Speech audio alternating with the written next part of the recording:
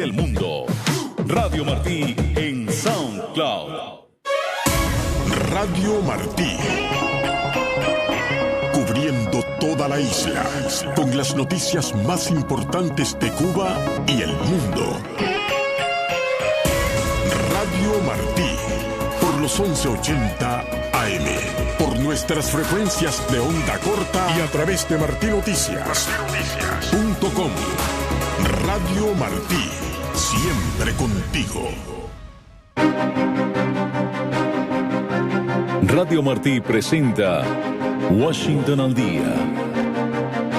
Las noticias más importantes generadas en la capital estadounidense.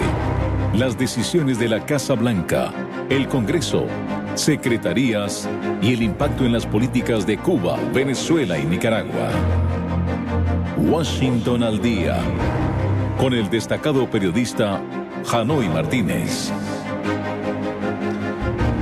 Hola, ¿qué tal Cuba? Muy buenos días, saludos desde la preciosa ciudad de Miami a toda la isla. En el programa de hoy hablaremos de Washington porque el presidente Donald Trump fue hasta el pleno del Congreso de los Estados Unidos y ofreció su discurso sobre el Estado de la Unión. Habló de economía, de inmigración, de política internacional, de energía. También habló de Venezuela y elogió a uno de los cubanos que está en su gabinete. Tendremos a dos analistas políticos para hablar del tema. Esto es Washington al Día. Vamos a pausa y comenzamos. Estás escuchando Washington al Día con el destacado periodista Janoy Martínez. El discurso del Estado de la Unión se convierte en uno de los eventos más esperados en el ámbito político de los Estados Unidos y, por qué no, del mundo, porque es el momento en el que el presidente, el inquilino de la Casa Blanca, va al Capitolio de los Estados Unidos y en una sesión conjunta, senadores, congresistas, jueces del Tribunal Supremo, el Estado Mayor del Ejército, invitados en las galerías, se reúnen para escuchar lo que el presidente habla al país. Ahí el presidente define estrategias para los próximos años y también habla sobre lo que el presidente considera logros de su administración. El primer discurso frente al Congreso lo dio George Washington en 1790. Luego, Thomas Jefferson consideraba que era muy monárquico el ir al Congreso y conversar y hablarle a los congresistas y enviaba el discurso por escrito para que ellos lo leyeran. En 1903 el presidente Woodrow Wilson retomó el ir hasta el Capitolio para conversar, para hablar, para exponer sus prioridades a los congresistas y desde entonces se convirtió en un evento nacional ya con el auge de la radio y de la televisión. Para poner en contexto, cada presidente en ejercicio da durante su mandato de 4 años al menos 3 discursos sobre el Estado de la Unión, porque el primer año no cuenta como un discurso del Estado de la Unión, sino un discurso en una sesión conjunta. Recuerde que el presidente de los Estados Unidos es elegido en noviembre, asume el cargo el 20 de enero y unos meses después es invitado al Congreso para hablarle al Congreso, pero en esa ocasión no es un Estado de la Unión, sino un discurso en una sesión conjunta del Congreso. Los 3 años posteriores sí califican, para decirlo así, como Estado de la Unión. Pues esta semana, el 24 de febrero, el presidente Donald Trump dio su discurso sobre el Estado de la Unión y habló de muchos temas. Fue el discurso más largo de la historia, 1 hora 48 minutos, y abordó todos los temas habidos y por haber en la agenda nacional e internacional. Y para hablar del tema, me acompañan hoy en Washington al Día 2 analistas políticos sabios del sur de la Florida. Tengo en línea a Francisco Rodríguez y a Julio Schilling. Muy buenos días a los dos. Buenos días, Francisco. Gracias. Buenos días, Julio. Encantado. Hanoi. Gracias por la invitación. Comenzamos con Francisco. En sentido general, Francisco, ¿qué le pareció el discurso del presidente? Fue emocionante y sensacional. Sobre todo tuvo la oportunidad de hacer contar si estaban a favor o en contra de su política Estados Unidos primero. Le pidió a los presentes que se levantaran si estaban de acuerdo que la política es primero Estados Unidos y no inmigrantes ilegales. En ese momento todo el mundo se levantó excepto la bancada demócrata. O sea que con eso logró resetear el diálogo político. Él llevaba un año de sufrir todo tipo de propaganda que trató de diluir su mensaje, confundir su mensaje de que estaba deportando personas que no eran criminales, y de esta manera no fue la única vez, en varias ocasiones pues fue muy dramático porque fue como un discurso interactivo en el cual él se dirigía a la oposición y le pedía que tomaran un voto allí mismo delante del pueblo, que se calcula unos 46 millones de personas lo vieron. Así que fue una oportunidad que no desperdició. El momento para mí más emocionante, quizás por ser cubano, fue el homenaje al piloto de helicóptero que le destruyeron las piernas, y así todo por los balazos que recibía desde la tierra en Caracas, y así todo logró posar el helicóptero y le pasó el mando al copiloto porque estaba a punto de desmayar, y ahí ese señor se pudo parar con 2 bastones estoicamente durante todo el tiempo, y de pronto la sorpresa, que hubo varias, cuando un general vino y le puso la medalla de congresional al heroísmo, que es el premio mayor que se le puede dar a un militar, y el señor no dijo nada, pero solamente erecto al lado de su esposa recibió una ovación que duró minutos y minutos. Pues ese fue el momento más emocionante, el más sensacional, fue el que te describí, cuando él instaba a la oposición a definirse si estaban con él, con sus políticas, sus ideas, o si no lo estaban. Julio. Mira, la verdad es que el presidente Trump probablemente dio hasta el momento, si no su mejor discurso, uno de sus mejores discursos. No solo en términos del tiempo rompió el récord que había establecido el presidente Clinton en cuanto a la duración, sino en estilo.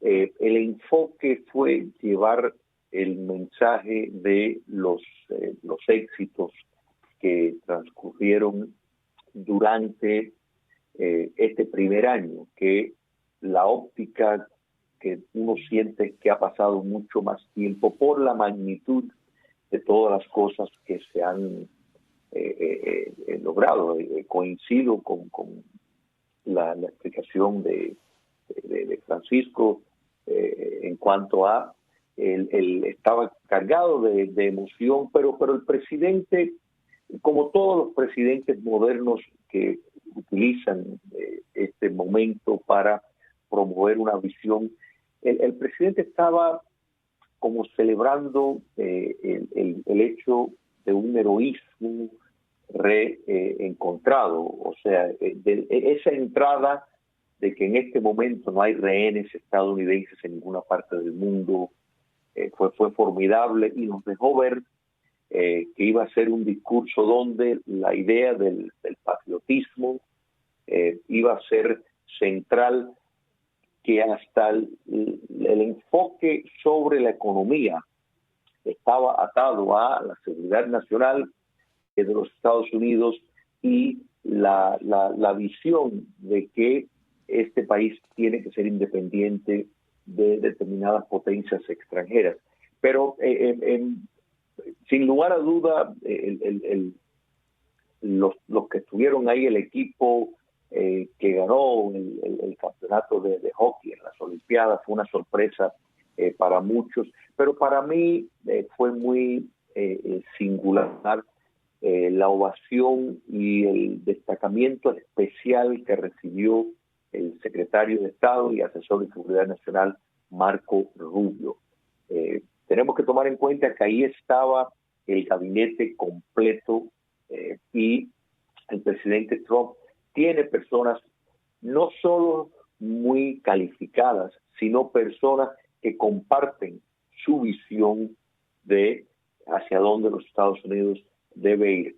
Sin embargo, hubo una emoción o un reconocimiento muy especial a Marco Rubio. Y eso es importante porque el secretario Rubio es el autor intelectual, el arquitecto de específicamente la política, por supuesto la política de relaciones exteriores, pero específicamente la política de los Estados Unidos hacia América Latina, o sea, ese retorno de priorizar el hemisferio occidental, algo que los Estados Unidos en cierta medida, y esto era un fenómeno bipartidista, se dio un terreno que fue ocupado lamentablemente por China, Rusia e Irán, pues en este esfuerzo de recobrar ese espacio y promover la libertad, revertir el socialismo continental que ahora está unido al narcotráfico,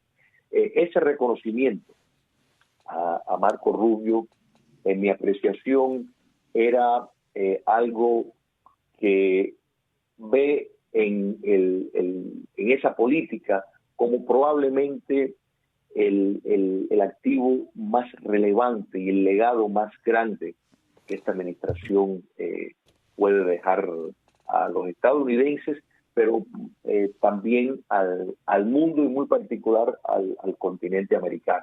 Sobre el secretario Rubio quisiera escuchar también a Francisco, porque el secretario Rubio es un hijo del exilio cubano. Es alguien que ha ido escalando posiciones a base de méritos, de ser una persona competente, con talento, alguien que para nuestra audiencia en Cuba sepa que comenzó como comisionado, que es como un cargo bien pequeño en una ciudad muy pequeña dentro de Miami-Dade, que es West Miami, y de ahí llegó a la Cámara Estatal, fue speaker de la Cámara Estatal, llegó a ser senador, cumplió casi 3 términos como senador, fue candidato a la presidencia en el 2016, y yo sé que Francisco le ha podido seguirle esa carrera y verlo en la primera línea del discurso del Estado de la Unión. Emociona a uno como cubano saber que alguien de los suyos o hijo de los suyos está siendo nombrado por el presidente por lo que está haciendo, porque es que Marco está en todo. El secretario Rubio nos ha demostrado que está en cuanto lugar uno ve en las noticias, ya está el secretario Marco Rubio. Francisco. Sí, Marco Rubio, además de ser secretario de Estado, ocupa otros varios cargos.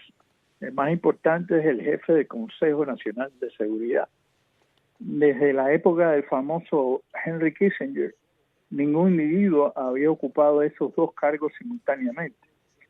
Eso refleja un alto grado de respeto por parte del presidente por los méritos y por la capacidad de Marco Rubio, y fue tan caluroso el aplauso que sinceramente es un gran galardón para el exilio cubano que un hijo del exilio haya llegado a ese lugar tan excelso. Yo lo asemejo en la Biblia a José, que siendo un judío, en la época que los judíos eran esclavos en Israel, llegó a ser la mano derecha del faraón.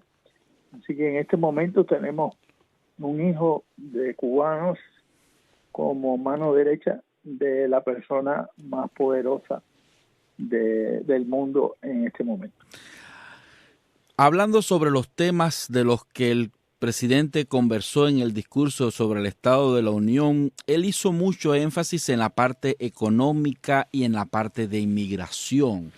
¿Cuál es la apreciación de ustedes, y voy con Julio Schilling, sobre los logros de los que el presidente habló en su discurso en cuanto a economía y en cuanto a inmigración? Julio. Todos los índices, la inflación es la mitad de lo que fue el promedio del gobierno anterior. La programación de su fórmula económica reposa sobre la ley que se pasó el año pasado, en inglés el Big Beautiful Bill, o sea, un acto integrador que incluye, entre muchas cosas, los recortes de impuestos más grandes en la historia, y eso entra en vigor este año. Quiere decir, en 2026 es cuando se siente el efecto de esos recortes. Ha habido una campaña masiva de desregulación de determinadas industrias, muy particularmente el sector energético, que eso impacta la economía de una manera amplia, sin dejar ningún sector, sin dejar de impactar todos los sectores. Entonces, el mensaje refleja eso, y el recién nombramiento de quien va a dirigir la Reserva Federal busca también tener una política más pro crecimiento, y a lo que todo esto se traduce es que con alta probabilidad las proyecciones de niveles de crecimiento económico como no se ha visto en décadas, de llegar al 4, a un 5, a un 6%, se ve completamente palpable, y tomando en cuenta el tamaño de la economía de los Estados Unidos, un crecimiento de un 5% es impresionante.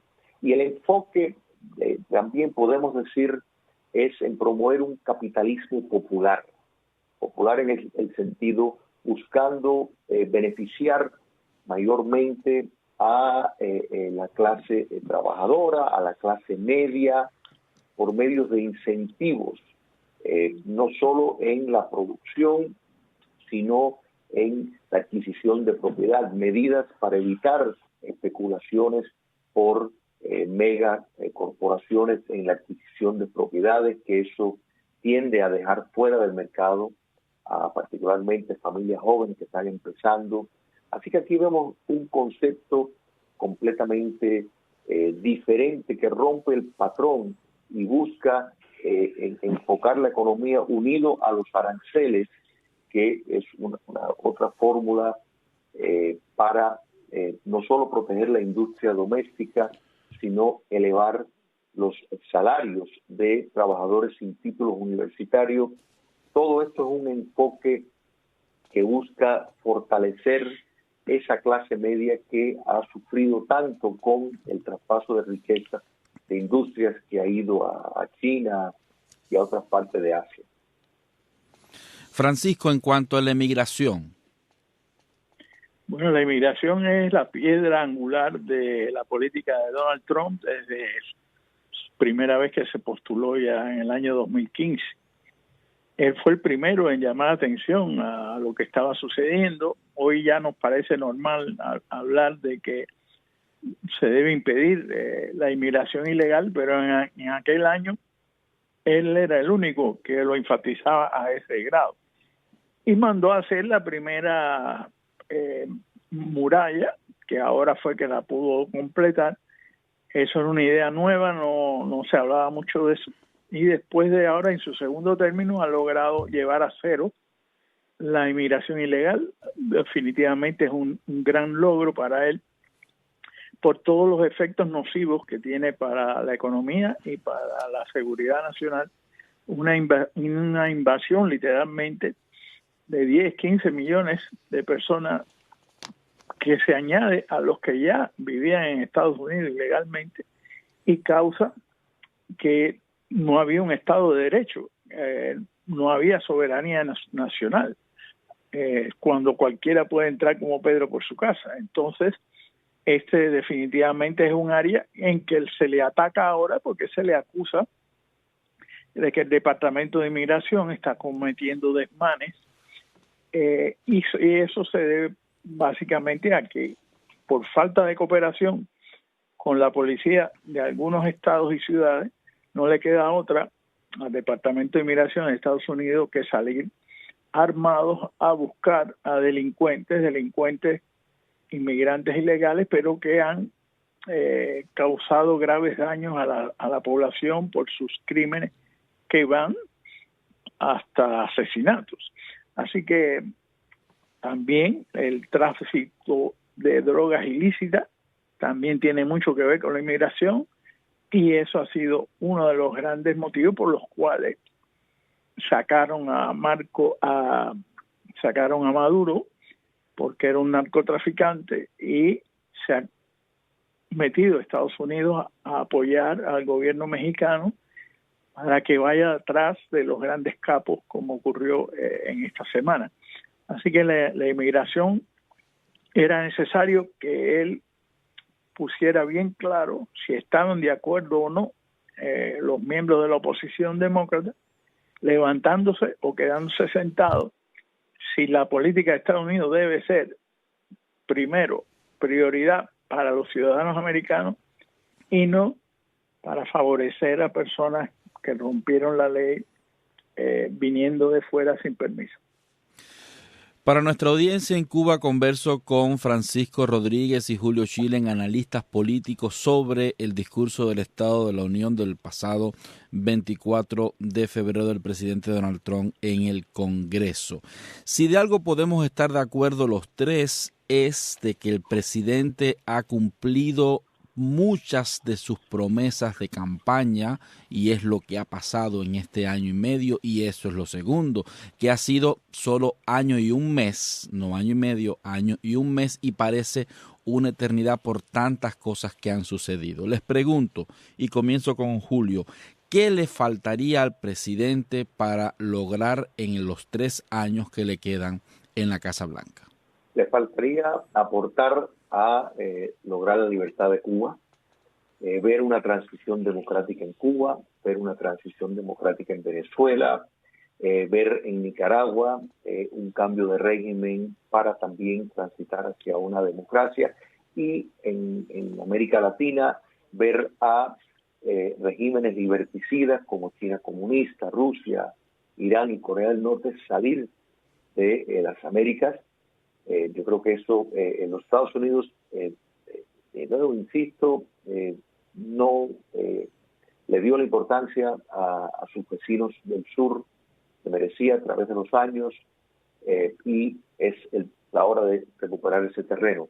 En el ángulo doméstico, esta política de reindustrialización de los Estados Unidos es esencial, primero por cuestión de seguridad nacional, no solo de los Estados Unidos, sino del occidente.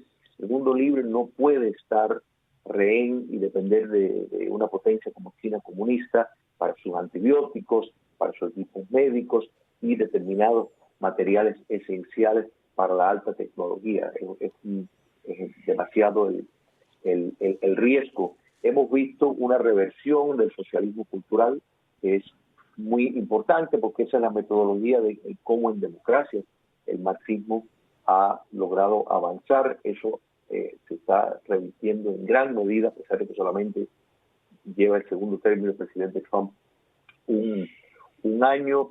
Los índices de crimen han bajado por esta política, y volviendo a la parte de los aranceles, esto busca de nuevo retornar un vigor a la clase media norteamericana que se perdió con ese traslado de tantas industrias a otras partes del mundo, particularmente China.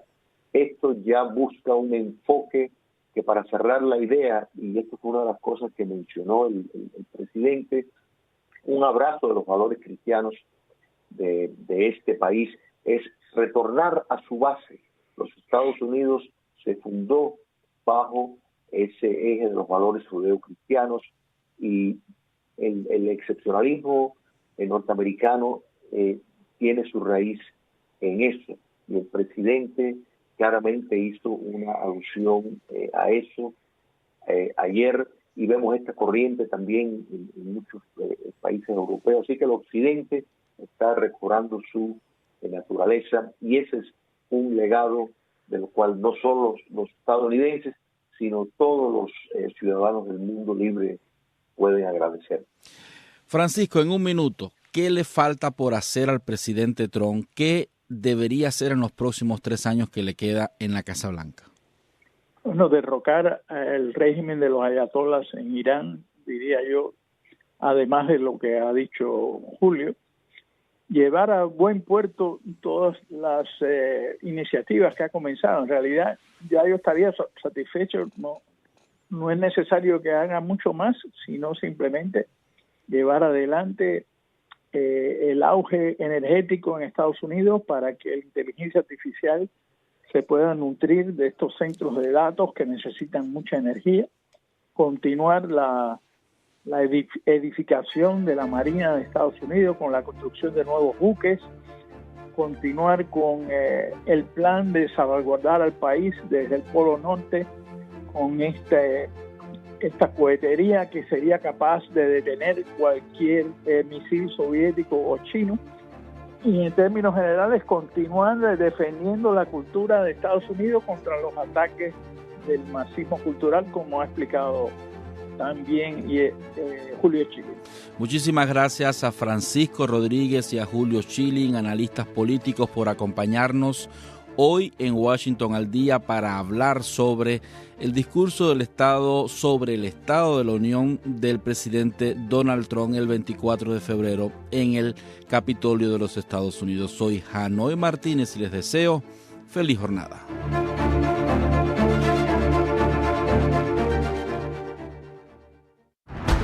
La Declaración Universal de los Derechos Humanos es uno de los anhelos de la humanidad convertido en acta mundial para salvaguardar el respeto a los derechos de toda persona en cualquier país y bajo cualquier régimen social del universo.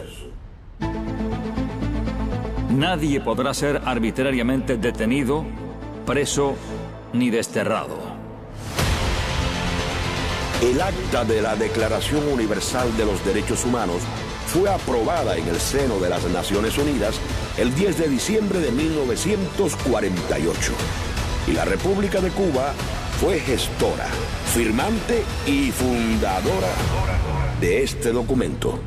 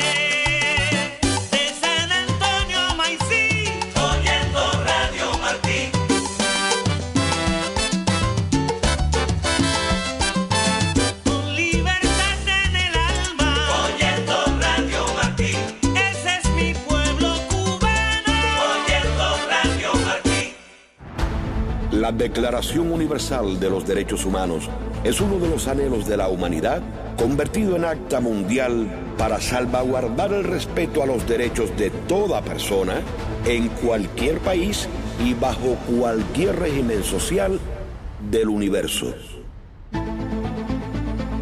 Todo individuo tiene derecho a la vida, a la libertad y a la seguridad de su persona. El acta de la Declaración Universal de los Derechos Humanos fue aprobada en el seno de las Naciones Unidas el 10 de diciembre de 1948. Y la República de Cuba fue gestora, firmante y fundadora de este documento.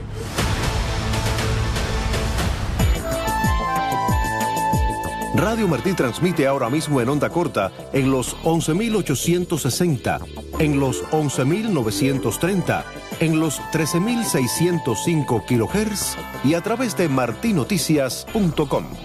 Continúe en sintonía con Radio Martí.